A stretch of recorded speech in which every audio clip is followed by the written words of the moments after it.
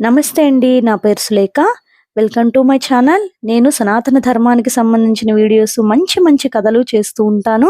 ఇలాంటి ఛానల్ ప్రోత్సహించాలి అంటే మీరు సబ్స్క్రైబ్ చేయాలండి. సబ్స్క్రైబ్ చేస్తారు అనుకుంటున్నాను. ఈరోజు మనం చెప్పుకోబోయే కథ పేరు గౌతమ బుద్ధుడి కథ.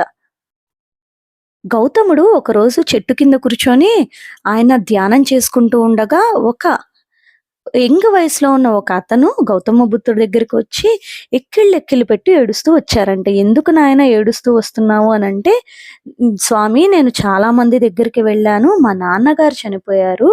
మా నాన్నగారు స్వర్గానికే వెళ్ళాలని నా ఆశ. ఎంతమంది స్వర్గానికి పంపిస్తారు మా నాన్నని అని అడిగినా ఎవ్వరూ సమాధానం చెప్పట్లేదు. మీ దగ్గర సమాధానం దొరుకుతుందని వచ్చాను అని చెప్తాడంట.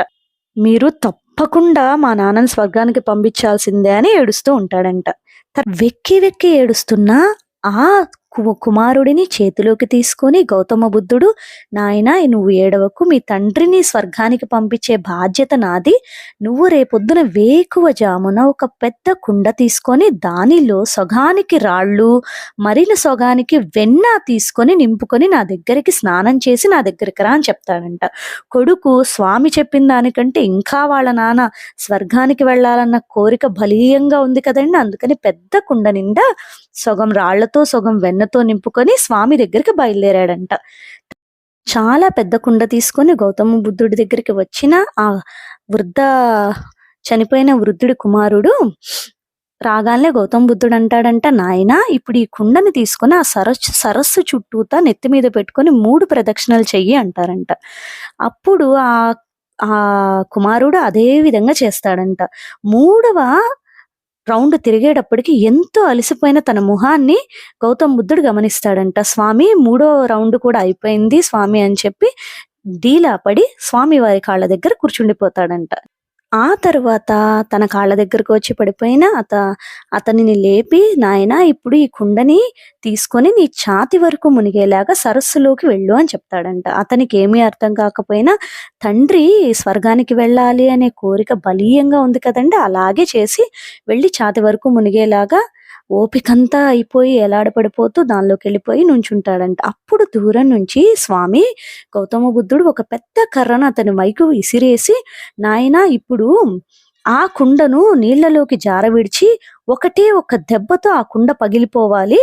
పగిలిన వెంటనే స్వామి విసిరిన కర్రను ఎక్కిరి పట్టుకొని, స్వామి దీనిలో అంతరార్థం ఏంటి అని అడిగితే, నాయనా నువ్వు ఆ కర్ర ఎప్పుడైతే కుండను పగలకొట్టావో వెంటనే ఒక్క దెబ్బకి కుండ పగిలి అందులోని వెన్న అడుగుకి రాళ్ళు పైకి తేలితే మీ తండ్రి గారు నిజంగా స్వర్గానికి వెళ్తారని చెప్తాడంట. అలసిపోయినా కానీ నిర్విరామమైన అతని ధ్యేయము తండ్రి స్వర్గానికి పంపించాలి అని. సో అలాగే శ్వాసనంతా ఒక కట్టానికి కూడగట్టుకొని స్వామి చెప్పినట్టు ఒక్క దెబ్బ కొట్టాడంట. కానీ ఈసారి నిస్పృహ తన నేస్తమైంది. స్వామి చెప్పినట్టు జరగలేదు. రాళ్లేమో మునిగిపోయాయి, వెన్నేమో పైకి తేలింది. స్వామి అయితే మా నాన్నగారు వెళ్ళరా అని చెప్పి అడిగాడంట. దానికి స్వామి చెప్పిన సమాధానం ఎంతో కుంగిపోయిన అతను చివరికి సరే కదా నేను చేసేదేముంది అని చెప్పి బయటికి వచ్చి స్వామిని అడిగాడు కదా. స్వామి ఆహాహా వెళ్ళడు మీ నాన్న స్వర్గానికి అన్న తర్వాత అప్పుడు తనకి బ్రెయిన్ పనిచేస్తుంది అనమాట. స్వామి రాళ్ళు లోపలికి వెళ్ళి వెన్న కదా పైకి తేలాల్సింది, మీరు రివర్స్ లో ఎందుకు చెప్పారు, ఇది ప్రకృతికి విరుద్ధం కదా అంటాడంట. అప్పుడు స్వామి చెప్తాడు, నాయనా మరి అంతే కదా నాయనా, మీ తండ్రి స్వచ్ఛమైన వాళ్ళైతే పైకి వెన్నలాగా తేలుతారు, లేదు ఏదైనా పాపాలు చేసుంటే మునిగిపోతారు, దానికి మనం కాదు, అది చెప్పేది దేవుడు సమాధానం అని చెప్తాడు. ఈ విధంగా ఈ కథ ద్వారా మనకి స్వామివారు ఏం చెప్పాలనుకుంటున్నారండి, మనము చేసిన కర్మ ఫలితాలను బట్టే మనకి ఇదేదైనా ప్రాప్తిస్తుంది. అది ఒక చావు విషయంలోనే కాదండి, మనము కష్టపడి ఒక విషయాన్ని సాధించాలనుకున్న విషయంలో కూడా ఇది అప్లై చేయొచ్చు. మనం ఎంత కష్టపడితే దానికి తగ్గ ఫలితమే మనకి తిరిగి వస్తుంది. సో మన కష్టాన్ని మనం నమ్ముకుందాము, మనం అనుకున్నది సాధించే వరకు మన కమిట్మెంట్తో ఉందాము అని స్వామీజీ చెప్పాలనుకుంటున్నారు ఈ కథ ద్వారా. ఏంటండి వీడియో చూస్తూ సబ్స్క్రైబ్ చేయడం మర్చిపోయారా? మీరు సబ్స్క్రైబ్ చేసి ఎంకరేజ్ చేస్తేనే ఇలాంటి ఎన్నో వీడియోస్తో నేను మీ ముందుకు రాగలుగుతాను. సబ్స్క్రైబ్ చేస్తారు అనుకుంటున్నాను. అలాగే నా వీడియోస్ మిస్ కాకుండా ఉండాలంటే బెల్ ఐకాన్ క్లిక్ చేయండి. కమెంట్ సెక్షన్లో మీకు నచ్చిన కమెంట్ని ఈ కథకి మీరు ఇచ్చే రివ్యూని పెట్టండి. Thank you so much.